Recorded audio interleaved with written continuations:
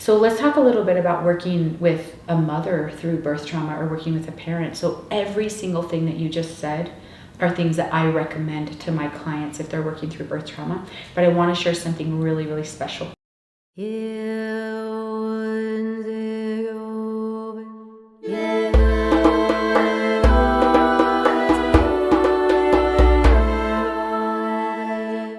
So I would like to move into talking about a subject that's a little bit heavy, and that is difficult labors, which can lead to trauma for the birthing woman. But I also want to talk about how a difficult birth can lead to some trauma for birth workers too. I think a lot of people leave that part out. So you've heard about birth trauma, right? You've all heard about birth trauma. You've heard about how many women are experiencing birth trauma. I think the stats are something like 30% of women, 1 in 3 women experience birth trauma, and some stats show that it's 1 in 2 women experience birth trauma.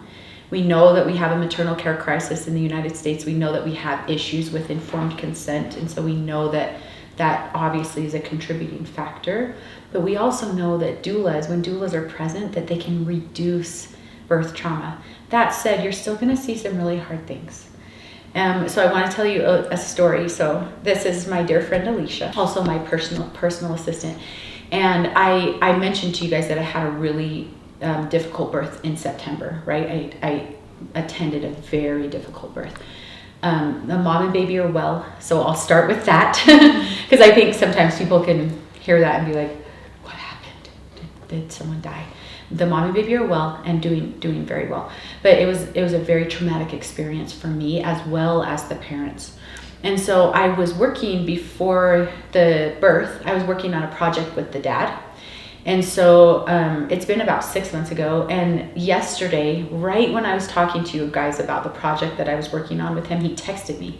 And I was like, what? This is so crazy. We obviously were on the same wavelength, right? So the dad said, can you give me a call later this evening and we can discuss this project? I just have a couple more questions about this project. So we got on the call and he was like, are you okay? Because I was acting a little bit awkward. And I'm like, it's just hard for me to talk to you guys because I'm wondering if, keep questioning myself. Should I have done something differently? What if I would have done this differently? What if I would have done this differently?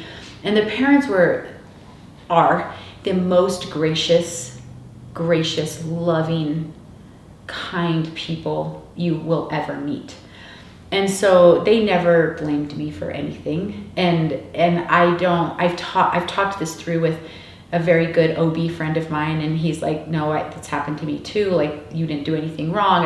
I've discussed it with midwives, but I still have this like sense of what if I would have done this differently? Then that's a response to trauma. Any of you who have experienced trauma, which is everybody here, right?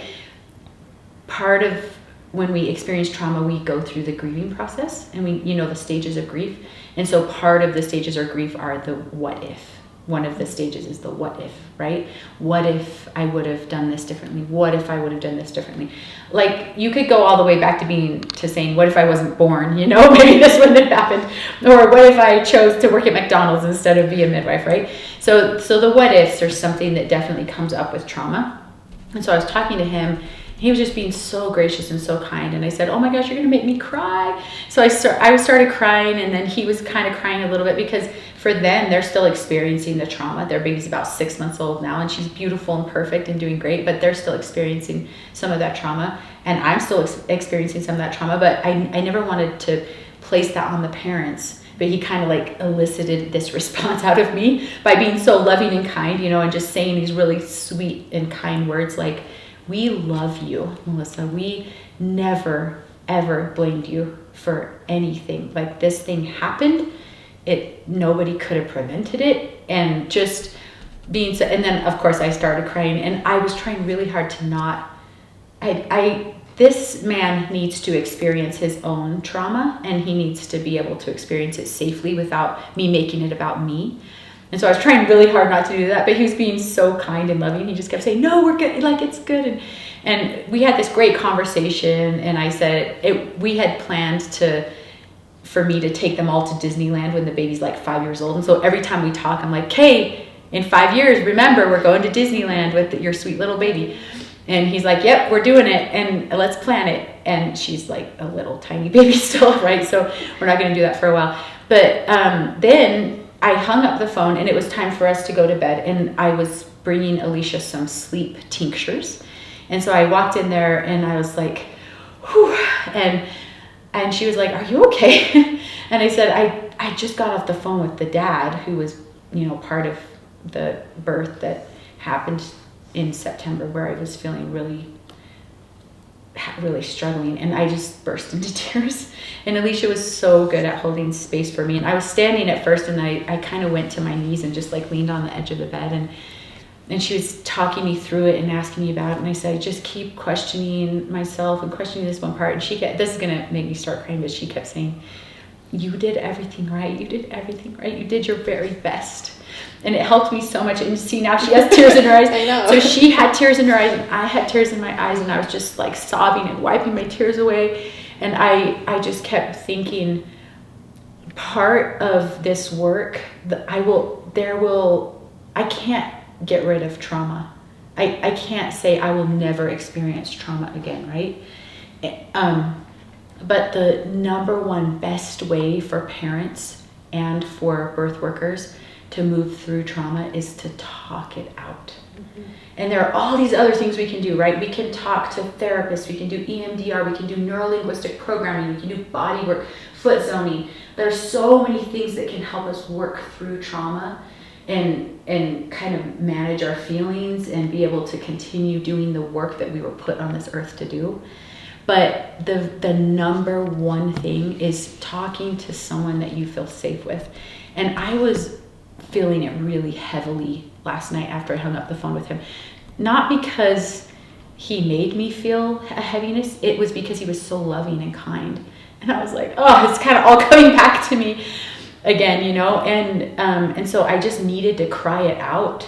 And I started talking about the birth and just burst into tears. I started talking about certain aspects of it and just was like, started really crying quite a bit, right? And Alicia was just such a good listening ear. She really just held space for me. She didn't say like, don't cry, everything's fine, you don't worry about it, you don't need to experience trauma. She allowed me to cry. She allowed me to feel a little trauma about the experience, and she allowed me to talk it out. And then she just was super loving in her response. And I was like, I loved Alicia before, and now I love her even more. I almost went and texted my boyfriend and just said, hey, remember I told you Alicia was coming? I just need to tell you, she's so great. Like, she just held space for me last night, and I didn't, but I will.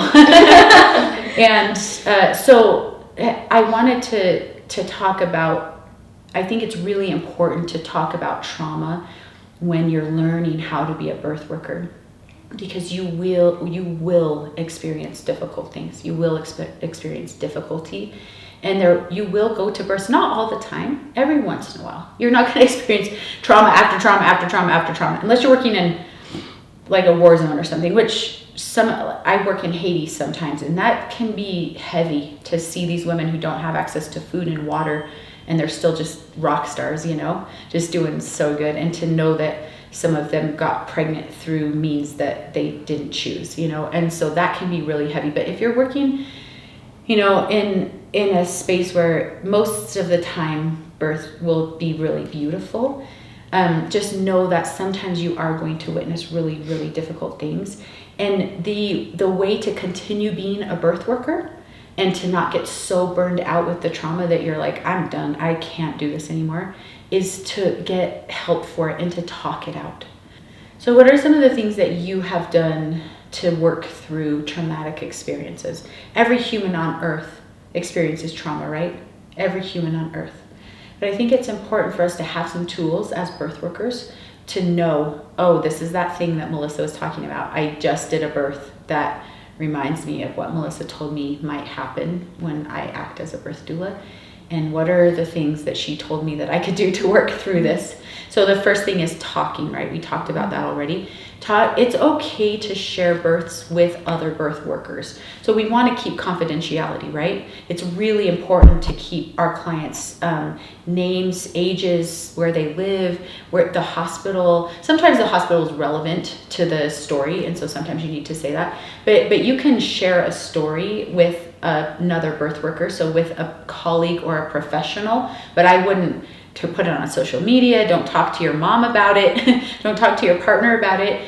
Be really, really vague when you're sharing the story with the birth worker, the other colleague, and that is totally fine. But it's helpful to share with a colleague who understands birth, because you might say, and then they turned up the Pitocin, and then an episiotomy, and the birth worker understands what you're talking about. So talking to another birth worker can be really helpful. So I would suggest that all of you become a friend with other birth workers. Most of us are. We have a good network of birth workers, right? And you can really share things and process through. Another thing that you can do that's a little more formal is called a peer review. So you can say, hey, get 4 doulas together, we're gonna have tea, and we're gonna do a peer review. And each of you may have a difficult birth that you want to discuss and talk about. And you just bring up the birth and talk about what happened, and then the people in the group can say, oh, I have a question about this and this and this. Did you try this? Did you try this? And it teaches us a lot, but it also helps us to process through the experience. So peer review can be really helpful too. What are some of the things that you can do on your own to work through a really difficult experience as a birth worker? Yoga, yeah. So body work, we store so much trauma in our bodies. And especially as birth workers, we're up all night long. We're using our muscles a lot. We don't eat enough. And so working things out with body work is really, really important as a way to work through trauma. And we also know that yoga connects our mind and body, right? So it can kind of help to integrate the experience for us, which helps us to process through. So yeah, I love that yoga. What are some other things? Along the lines of what she said, like meditation. Yes, meditation is huge, because that can help us to kind of connect with the spiritual side instead of the logical side, because sometimes the logical side is where trauma sits, and it helps to be able to integrate those two. Mm-hmm. I love that. What are some other things that you guys do for trauma processing? Maybe taking time off if you're able to, because you were talking about like, oh, you can go back in and be leading with fear if you're still in that heightened trauma state. And so if you can take a little bit of time off, even if it's just like a week or something, to kind of like come back to yourself. I am so glad you said that, because I would say I cannot tell you how many birth workers I see, doulas, midwives, birth keepers, who just go right back into it. And they bring that fear and they project that fear in the things that you choose to do to help this birthing family and the mom. Sometimes it comes from a place of fear. So you might be like, we need to go to the hospital right now. And maybe the client wanted to labor at home for a long time before she went to the hospital. But because you're coming from that place of fear, you're like, no, we need to just go. We need to be there. And then that's not in service of that family, right? Mm-hmm. That is a disservice to her. So I love that you said that. There are so many birth workers that just keep pushing through and they don't process through their trauma. Any other things that you'd like to share that have helped you personally work through trauma? I usually book a massage or foot zone. Yeah. Close to the due Somebody date. else nurturing you, Mm-hmm. I think, is really important. And foot zoning is a really good way to release trauma too. The foot zoner is often, if they're a good one, right, Mm-hmm. can often help you to release that trauma. I really like neuro-linguistic programming too. It's similar to EMDR. It's not normally done by a licensed clinical social worker, but it's usually done by someone who's certified in it. And they can use words and story to help you work through the trauma. What my business partner Seasons does neuro-linguistic programming, and it is magical. She helps moms with birth trauma as well. What are some other ways that you could work through trauma? Journaling. Yeah. Writing it out. I was thinking, if no one says journaling, I'm going to say journaling. Yeah, writing it out, because when you're writing, especially when you're using a pen and a paper, when you're typing, you access a different part of your brain. When you're using a pen and paper, or a pencil and paper, or a marker and paper, it accesses a different part of your brain that can help you also integrate trauma. And I tell people, just write it doesn't have to be grammatically correct. You don't have to spell correctly. Just write stream of consciousness. And a lot of times it helps it come out of these obsessive thoughts that can go over and over and over and over and just come onto the paper. And that can be really helpful as well. Mm-hmm. Anything else that you guys are burning to share? I feel like nature, taking walks Yes. in nature, Yes. going through a river. Yes, that is extremely helpful. For a lot of people, if there's not snow like there is here, just grounding in the ground, so just barefoot walking in the grass, going back and forth, even just thinking about the trauma or recording the trauma while you're walking can help to, because while you're walking, you're utilizing both sides of your brain, and so that can also help integrate the trauma as well. And yeah, just being near a river, being in nature where Just hearing nature the doesn't sounds. judge you. Yeah. Yeah. Mhm. And we also know that there are chemicals that can come from trees that can help you feel better, and that touching the earth can help you feel better, that hearing the water can help you feel better. So those are all fantastic ways. So let's talk a little bit about working with a mother through birth trauma or working with a parent. So every single thing that you just said are things that I recommend to my clients if they're working through birth trauma. But I want to share something really, really special. Do you guys have anything else you want to share that you think you could help a client through trauma with? You already listed so many good ones. Go ahead. Somatic birth integration. Yeah, I love that. It's Yeah. really good because Yeah. incorporate the somatics Yes. into the talking. Yes. I mean, a lot of ways reliving of the Mhm. trauma, because it always stops you and allows you to identify where in your body are you feeling. Yeah, because we do Yeah. hold trauma in our bodies whether we like it or not. I mean, some people are like, no, it's in your head. It is definitely in different areas of our body, right? And for a lot of women with birth trauma, they hold it in their reproductive system. And they're in right here, their heart, in their heart chakra. And so, yeah, I love that. I love that so much that you brought that up. Yeah, that can be really helpful. Anything else that you can think of that would be helpful to our clients when processing through birth trauma? I think the journaling, the yoga, the breathing, the nature, and you can even go with her. Like that's something you could even do in the postpartum period. So I'm going to share the magical thing that helps so much. That's so wonderful. But I'm going to just bring up a couple things. So in the postpartum doula workshop, I know this is our birth doula workshop, but in the postpartum doula workshop, we talk a lot about different ceremonies that we can do to help people work through birth trauma. And one of them is the closing of the body or closing of the bones. It's a beautiful Mexican tradition that is so extraordinary. And I recently did a closing for a mother who lost her baby at 16 weeks. And I was able to be there with her through the experience. And I was even able to take a turn holding the baby for a little while. And we were just so connected, and it was just such a beautiful way to honor this little life. And then a few weeks later, after she had some time to heal and do some integration of the trauma, we did a closing. So her doula and me, we did a closing on her. And she said, I really don't want anybody there. I just want you and the doula. And it was extraordinarily beautiful. There were a lot of tears, but the closing was just an extraordinary way to kind of not close the grief or close her memory of that baby. That's not what it is. It's about just closing a little bit of the grief in that experience. And it was really, really healing for her. So you ready for the magical thing that I'm going to share with you?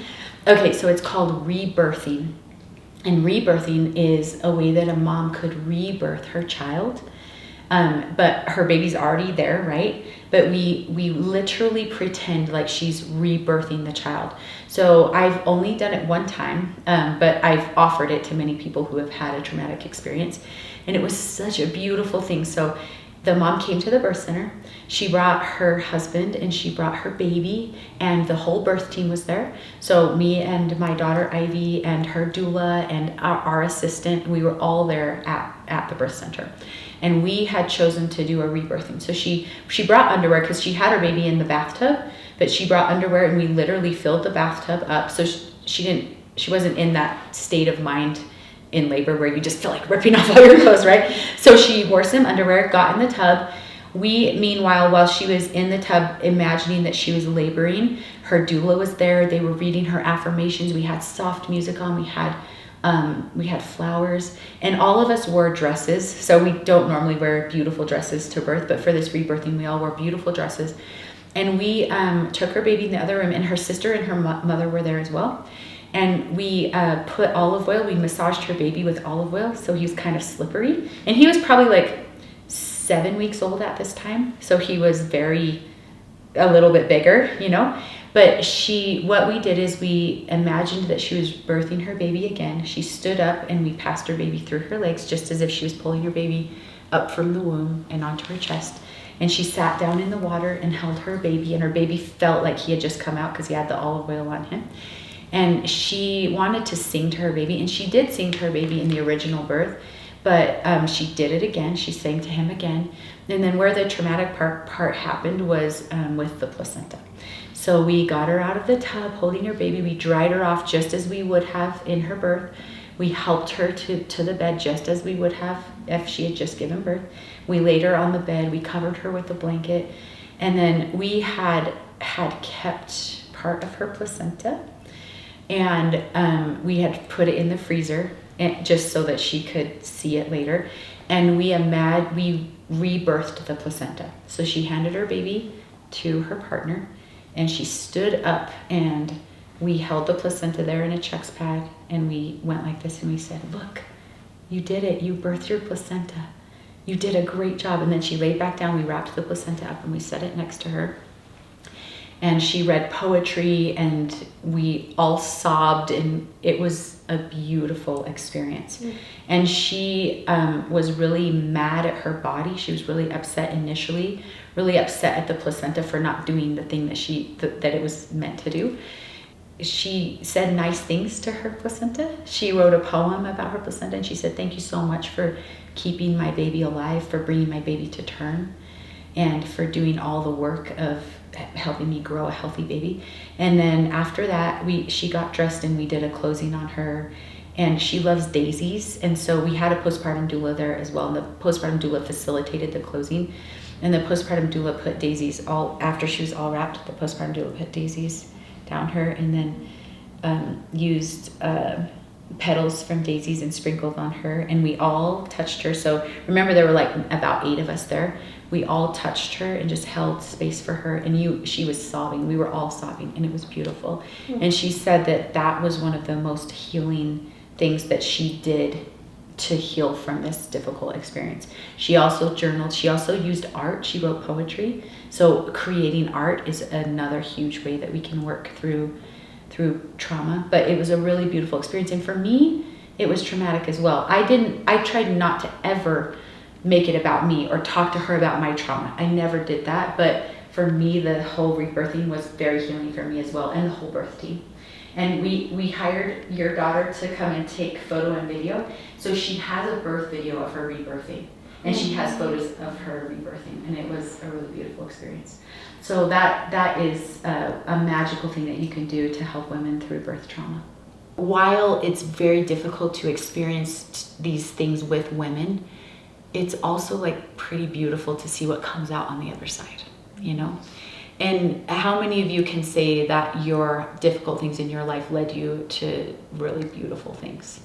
Like so many things in my life. If hard things didn't happen, I wouldn't be where I am today, or I wouldn't have had another baby, or I wouldn't be a midwife, or, you know, so many of these things have led me here. So I don't like witnessing hard things. I don't like experiencing hard things, but I also have, I think, finally come to a place where I've experienced so many difficult things that I tell myself when I'm in it, when I'm deep in it, like, you know, you'll come out on the other side.